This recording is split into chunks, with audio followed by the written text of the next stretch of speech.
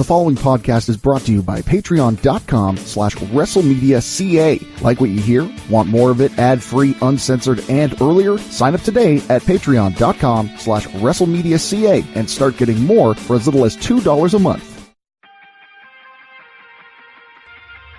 Don't miss your favorite superstars take center stage to forge the future of the hottest new brand in WWE.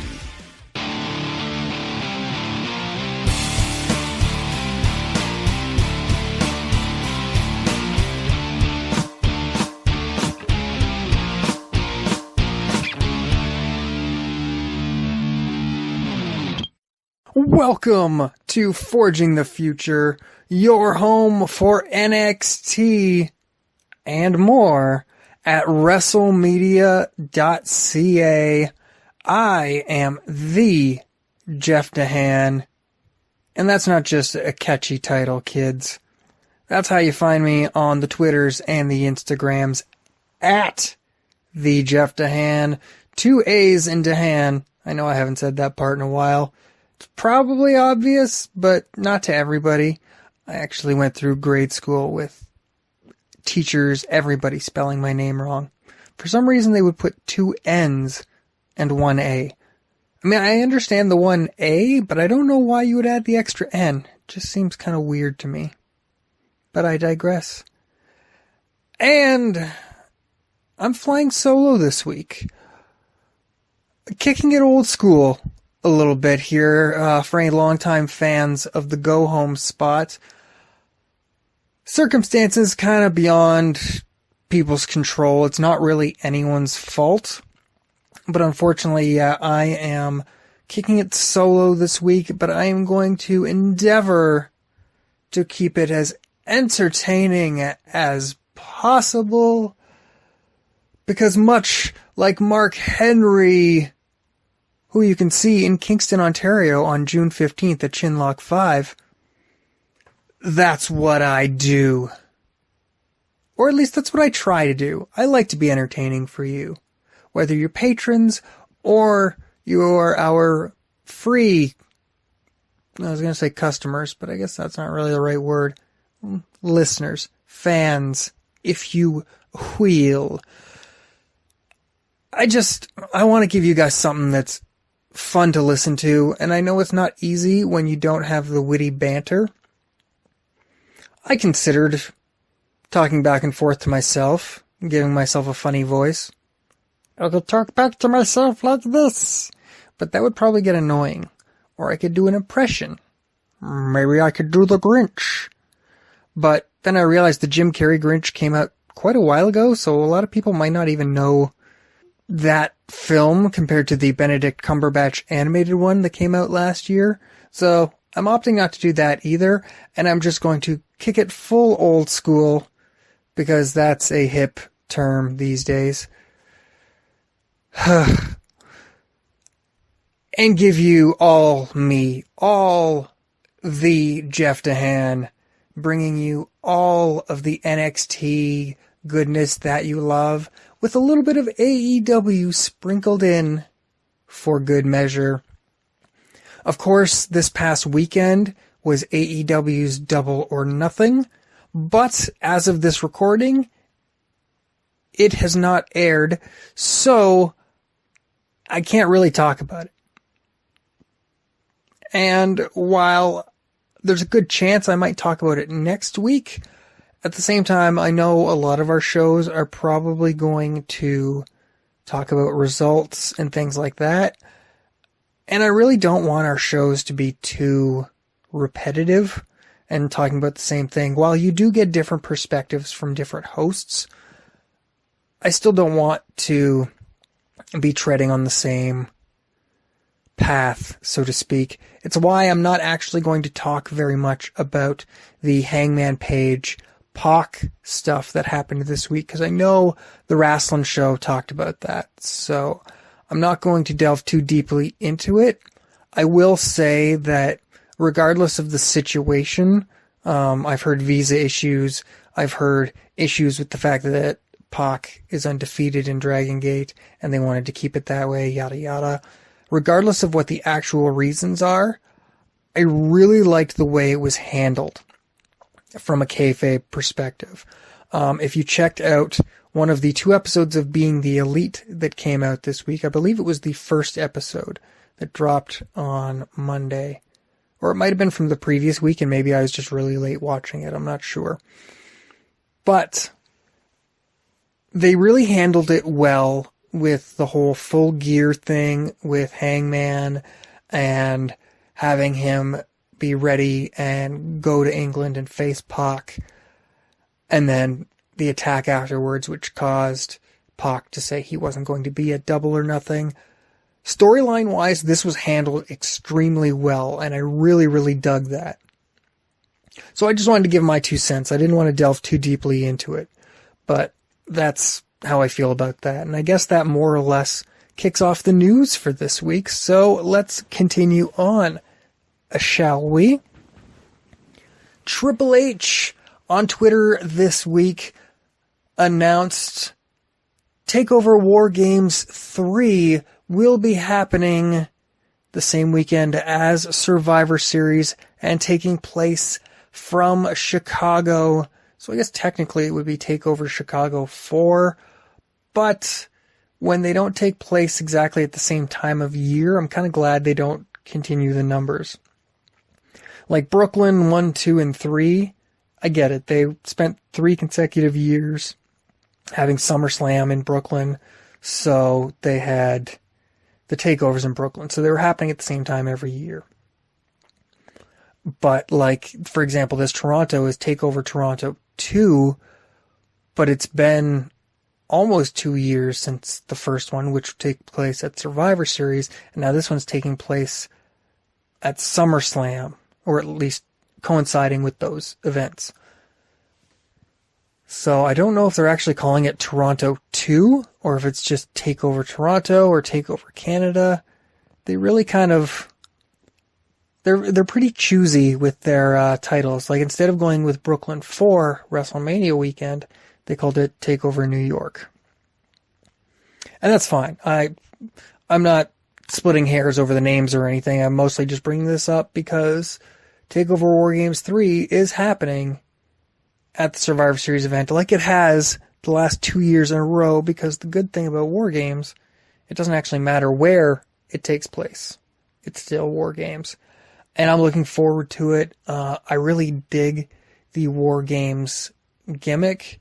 I even liked the old school version. I really do need to pick up that DVD set that WWE released a few years back. I just gotta find it at a good price. That's the problem whenever you don't get things right away these days. So hopefully I can find that at a good price. And I know not all of the classic War Games matches were great, but some were. So it's take the good with the bad. And with these War Games matches, we've had 2 so far. Both have been very different. The first one had 3 teams. The second had 2. It's a unique match, unique situation. And even if it is something that, it's somewhat similar, with the revolving door roster of NXT, you're going to get very different people most often. Like, I would be surprised and almost a little disappointed if we got the Undisputed Era in it again, since they have been in the first 2. It'd be nice to get some other bodies in there. But I expect we're going to get probably a Matt Riddle in there, maybe a Velveteen Dream, probably Gargano, and I would love to see Keith Lee in the War Games match. I think he could wreak some havoc in there. Dude is awesome. So I would love to see that. It's still very early, months and months away, so who knows what the NXT roster will look like at that point, if anyone else will move up to the main roster or what. But I look forward to that. I always enjoy the War Games gimmick, and I think it's going to be a lot of fun. I also enjoy when the other matches on the card can take advantage of the double ring. For example, War Games 2, where Tommaso Ciampa actually won the match by giving Velveteen Dream a DDT on the metal partition that was between the 2 rings. Spoiler alert, but it was several months ago. And it's still a great match, so go check it out if you haven't seen it. But sorry for spoiling the ending. So I am looking very forward to War Games 3. I figured after they did it 2 years in a row, it was a foregone conclusion that they would do it a third, and it's probably going to become a regular thing from here on out, which will get no complaints from this guy. Looking at AEW again, I will probably flip-flop back and forth here. This is a minor note. I'm not sure if the Wrestling Show talked about it, but it makes me happy. Sean Spears, a.k.a. the former Ty Dillinger, is All Elite. That's right. He's involved in the casino battle royale that took place at Double or Nothing. And he's a part of the All Elite Wrestling roster, by the looks of things, which isn't a surprise. Him and Cody were fairly tight. It slightly surprised me only because recently, I believe a couple weeks ago, he was on Edge and Christian's podcast. And on that podcast, he actually said something about how his no-compete would be over by May 31st, as opposed to being over a week earlier than that. So it surprised me a little bit. I suppose it could have been a kayfabe thing just to make it a bigger surprise when he was announced, which was earlier this week. It's also possible he might have gotten the date wrong. I know a lot of times these call-in podcasts, sometimes they do call in a little bit in advance. I'm guessing he was working people because it wasn't announced that he was going to be part of AEW yet. Either way, I'm excited. He's a guy that I loved watching in NXT. It's actually cool. Just before, or just after, I started doing this podcast, he left NXT for the main roster. I think I did a practice episode before officially starting the go home spot, kind of pitching the show, and it was the week that Ty Dillinger took on Eric Young in a steel cage match, which caused me to name the episode The Dillinger Escape Plan, which I personally thought was rather clever. But that's just me. Jumping back over to NXT, injuries suck. The Wrestling Observer reported this week that Johnny Gargano, NXT champion Johnny Gargano, is out with a knee injury. Not a lot has been talked about with it, but it sounds like it's not super serious.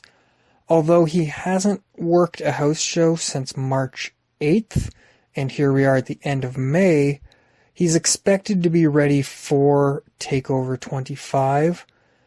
So my guess is it wasn't something super serious that he needed surgery, and it was more just making sure he would be cleared for TakeOver. Similarly to what they did with Seth Rollins before WrestleMania. He was having some back issues, so he wasn't really doing much in-ring work prior to his match against Brock Lesnar. And while the match itself was brief and didn't necessarily take a lot of toll on his back, the beatdown that Lesnar gave him prior to the match officially starting certainly did, so I'm guessing that Rollins was good to go by the time the Grand Spectacle rolled around. And I can only hope that that will also be the case for Johnny Wrestling come TakeOver 25 in less than 1 week. Looking back at the Elite crew, once again, I don't know if anybody else on WrestleMedia Media reported this week. I don't think so, because the news just dropped a couple days ago, but Dean Malenko, the man of 1,000 holds, is a part of All Elite Wrestling, not on the active roster, but as senior producer and coach.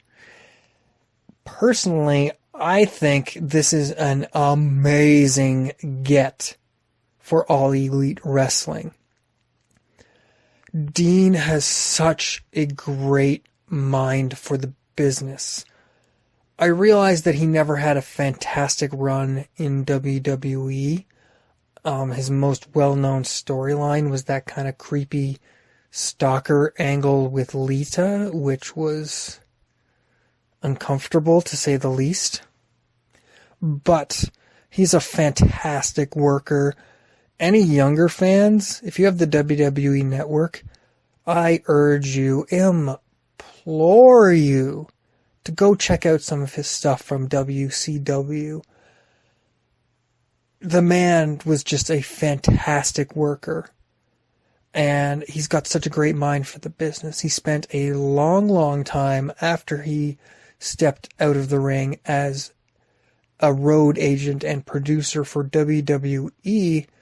So I think this is a fantastic get for All Elite Wrestling, and he's just going to kill it. I can't wait to see the influence that Dean Malenko is going to have on the All Elite roster. Hey, this is a commercial for patreon.com/WrestleMedia.ca, where you can get early access to episodes of your favorite WrestleMedia shows, get full uncut and uncensored versions of your favorite shows, and more. Don't want to hear this commercial on your podcast anymore? Sign up at our main event tier and get these episodes ad-free. Want to hear your own commercial here instead of ours? We've got tiers for that too. Visit patreon.com/WrestleMedia.ca and join the WrestleMedia revolution today. Here's a story that kind of blends a little bit of All Elite and a little bit of NXT, plus a little bit of the main roster. Everyone's friend, yours and mine, Bray Wyatt took to Twitter recently to apologize, as he's been doing lately, to Chris Jericho. Apologizing for terrorizing him, etc., but also wanted to thank him for the memories and for the great match that they had in NXT. A match that he feels put NXT in the limelight. Just a fun tweet. An excuse for me to talk about Bray Wyatt, because I've been loving every second of the Firefly Funhouse gimmick that he's been doing. But also just to bring up that match that they had, which I think is a little bit underrated. If you have the WWE Network, obviously you can go and check it out. If you don't, it is included in the NXT Greatest Matches Volume 1, which came out a few years ago. It was a big 3-disc set because it was one that had NXT TV matches as well as takeover matches. So it was a fun set that included a lot and is well worth checking out. And that's one of many great matches on that set, if you don't have the network, of course. But yeah, I definitely think when it comes to great matches in NXT, this one's a little bit underrated. I think it is really, really good. But I think some people sleep on it because Jericho's not a regular NXT person. This might have actually been his only NXT appearance. Jumping back a bit to the Being the Elite videos for the last week or two, they opened up one of them recently with another tearjerker of a moment. Those bogus All Elite allergies were coming around again. Brandon Cutler, who's been a longtime friend of both Nick and Matt Jackson and helped them out a lot between the Being the Elite YouTube show as well as a lot of stuff with All Elite, they invited him over to do some voiceover work for the Battle Royal, which he was already announced to take part in, I should say. And he was reading the voiceovers. They had one that stated that he'd been busting his butt for 7 years, supporting his family, never asking for a handout or a favor. So Nick and Matt were going to give him a contract that he was going to sign.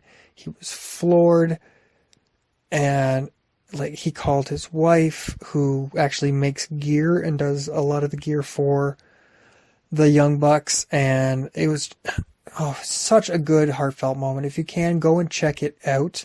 The episode is called Up Front. I can't remember with the episode number, but if you just type in Being the Elite, it's going to be one of the most recent ones. And if you search Being the Elite Up Front, it would probably be the most likely one that you would find, because the majority of the episode is about them at the Warner Media Upfront gala.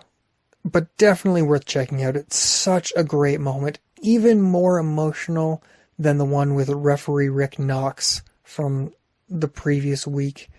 Definitely go check it out. It's a lot of fun. Speaking of AEW videos, as we were gearing up for Double or Nothing, there's been a lot of social media stuff coming from AEW, which is no surprise really, because it's the only platform they have right now until the fall when their TNT deal starts up. And one video that's really good, it's called AEW Before the Bell. And it's basically a chronicling of All Elite Wrestling from the start all the way to Double or Nothing to now. And it's made up of a lot of footage that you would have already seen from different press conferences and things that they've aired on YouTube. But it's still worth checking out. It's about 45 minutes long, and just seeing the history, the short history so far of All Elite Wrestling and everything that's been encompassed within it is really cool. Also, there's a fantastic thing in the middle that showcases both Chris Jericho and Kenny Omega's training regimens heading into the main event of Double or Nothing. And that's really, really cool to see the different methods that they're both using, as Jericho's heading to an MMA gym and learning different things, and Kenny goes back to Winnipeg, and it's the middle of winter, and he's lifting trees. No joke. He's lifting like this big section of a tree trunk up and down and climbing hills and using the environment around him. It's really interesting, and I like these unique perspectives on training. It's pretty cool, and it gives it a different dynamic and really makes this match feel special. So check that out, AEW Before the Bell. But AEW is not the only game that's got a big show coming up, or I suppose just past when it comes to Double or Nothing. TakeOver 25 is in just under a week, as I said earlier, and we finally got the entire card. This TakeOver feels really rushed. I'm sure it'll be good. I'm sure everyone will deliver, but because they had to move it up a week due to the Saudi Arabia show, and the fact that it's on its own instead of being with a WWE show, which is a first for most of, at least the most recent takeovers over the last few years. Maybe some of the early ones might have taken place without a main roster pay-per-view. But even this fifth one, which doesn't take place with one of the big four, typically would still fall on like a Backlash or a Money in the Bank or something along those lines. So it's funny that they didn't tag it along with the June main roster pay-per-view. But the full card for TakeOver 25, of course, we have the already named title matches, the Johnny Gargano, Adam Cole NXT Championship match, and Io Shirai taking on Shayna Baszler for the Women's Championship. But now we have the final three matches. Presumably, there's typically 5 matches per show. We've got a North American title match, as Velveteen Dream is going to be defending against Tyler Breeze. Patrons, pay attention. I'll be talking more about this later when I talk TV. We've also got Matt Riddle taking on Roderick Strong, who seems to be back in the good graces of the Undisputed Era. And speaking of the Undisputed Era, the final 2 members will also be in action, as Bobby Fish and Kyle O'Reilly are going to be in a 4-way ladder match to determine the new NXT Tag Team Champions. The Viking Raiders relinquished their NXT tag titles, which I suppose makes them officially main roster superstars from now on. Although, with the wild cards and guys like Tyler Breeze going to NXT, Killian Dane's apparently back in NXT, he's worked some house shows.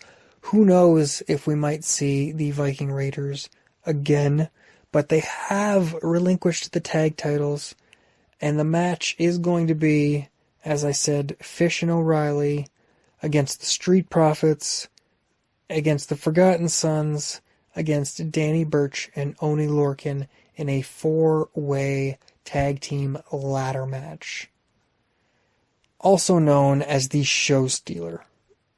Now, that being said, Dream and Breeze, I think, are going to put on a heck of a match. Riddle and Strong should be fantastic. Gargano and Cole, I think, will be good. People might sleep on it, and myself included. I'm kind of meh on it, simply because we saw it last month, and there wasn't a whole lot of build other than Adam Cole saying, well, I already beat you. I won the first round of our 2 out of 3 falls match. And Gargano saying, yeah, but it was only 1 fall. You didn't win the match. So it's not a lot of build, but I do think the two can deliver. And Io Shirai and Shayna Baszler, I have loved the build to this match. I love that Shirai is taking it to Shayna Baszler, attacking her with a kendo stick and just not taking no for an answer. And the card's going to be great. I'm really looking forward to this show. You'll probably get some quick picks from us later in the week. I'm not sure what the format's going to be. It might just be myself and Andrew, or myself and Adam, or we might get some other voices in there.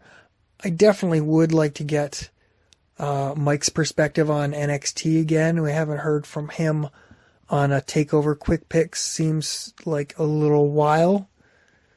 So it'd be definitely good to hear some other voices on here, but we'll see what the future holds and what people have time for, because unfortunately, around WrestleMedia, much like everything, life happens, and sometimes schedules just don't jive, kids.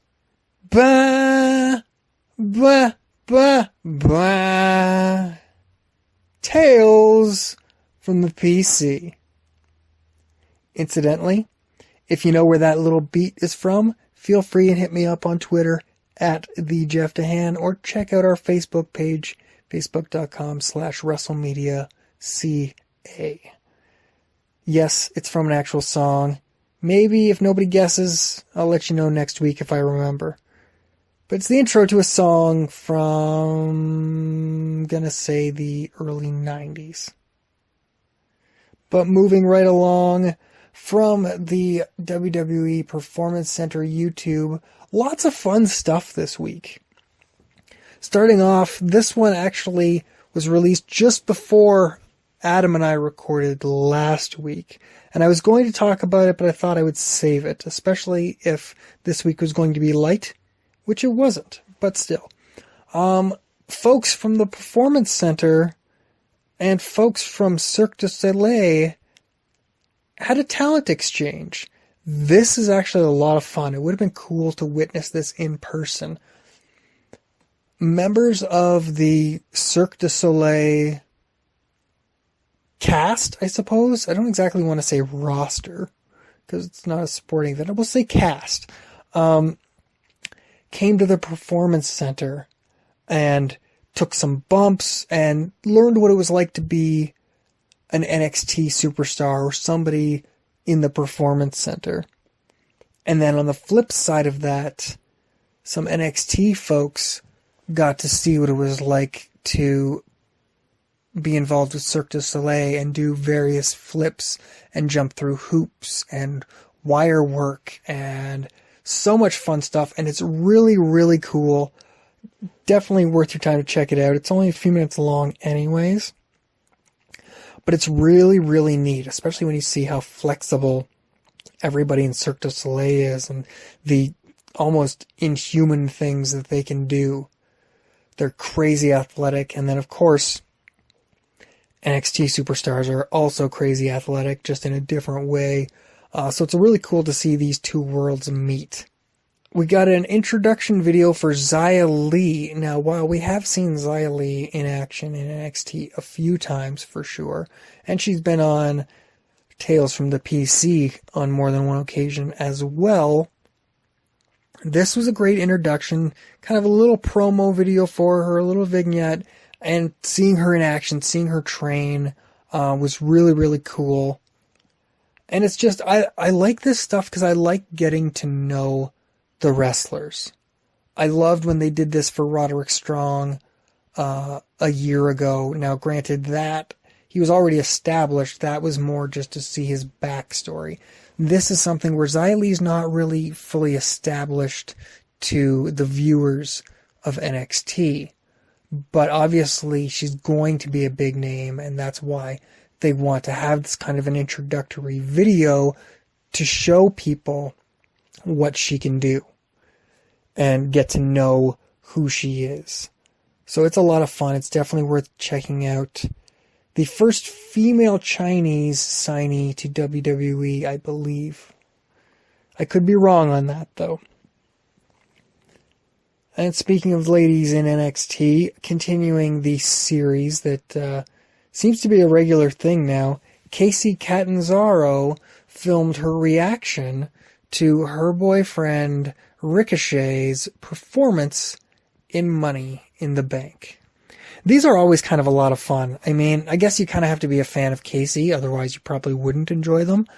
But it's always interesting to see her reactions, and also for the purpose of she's a loved one to Ricochet, so to see the concern on her face. Of course, she's also a wrestler, so she understands the risks that he's taking. So it's not quite the same thing as when you saw Mick Foley's wife and kids screaming in the audience as The Rock hit him repeatedly with a steel chair. Not exactly the same, but a lot of shock and awe from Kacy for this video, as with all the other ones. But they're still fun to see. It's one thing, don't take it too seriously. It's not a super important video, with all due respect to Miss Catanzaro, but they're fun to watch. And finally, the last video in Tales from the PC is more of a commercial for the WWE PC Combine. What that is an athletic competition. Apparently there's kind of an NFL Combine as well. I'd have to ask Sukram about that. I'm not really much of a real sports guy. But basically, it's going to involve a lot of people from the Performance Center doing a lot of different athletic competitions. And it's going to be released on the WWE Network. The promo said on Sunday, so for patrons, that would be today. For you non-patrons, it's already on the WWE Network, so go check it out. But I'm interested in this. Despite the fact that I said I'm not a real sports guy, I think something like this would be really cool. A lot of fun competition and just different kind of skills things to show what everyone involved can do. I think that's really cool. So it's definitely, I would say, worth checking out. I've only seen this promo, but I definitely want to check out the actual WWE PC Combine when it airs on the network. So go check it out, folks. I don't know what's to come next week. I don't know if I'll be doing it like this again, or if it'll be with Andrew Kent or Adam Conta. We'll see. But let me know what you think of me flying solo again. It was weirdly comfortable, if that makes sense, for me to be flying solo again like I used to do. I love having a co-host. It's definitely a lot more fun to have that witty banter. But I did this for over a year, so to do it like this again is interesting. And I want to know what you think of it. So let me know, like I said, at the Jeff Dehan on Twitter or on Instagram. And of course, there's at WrestleMedia.ca on Twitter and the WrestleMedia Facebook page. Let us know what you think. We want to hear your feedback. We love hearing your feedback and finding out what you think. So what do you think of me flying solo again? Thumbs up, thumbs down, thumbs sideways. I don't mind being a part of the bar. Just let me know. So until next week, I have been the Jeff Dehan. You have been my faithful, loyal listeners who I love so much. Thank you for your support, and best of luck in all of your future endeavors. A little disappointed Kent didn't join me this week.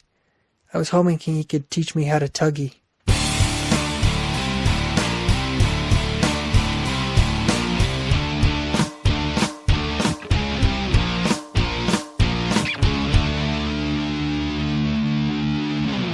This has been a presentation of WrestleMedia, where everything is wrestling and wrestling is everything. Here's what you're missing out on right now over at patreon.com/WrestleMedia.ca. You know, it's got to stop somewhere. So, but I've said before too that I think the only reason Shayna Baszler is still in NXT is because of her two sidekicks in Marina Shafir and Jessamine Duke. Want more? Sign up now at patreon.com/WrestleMedia.ca.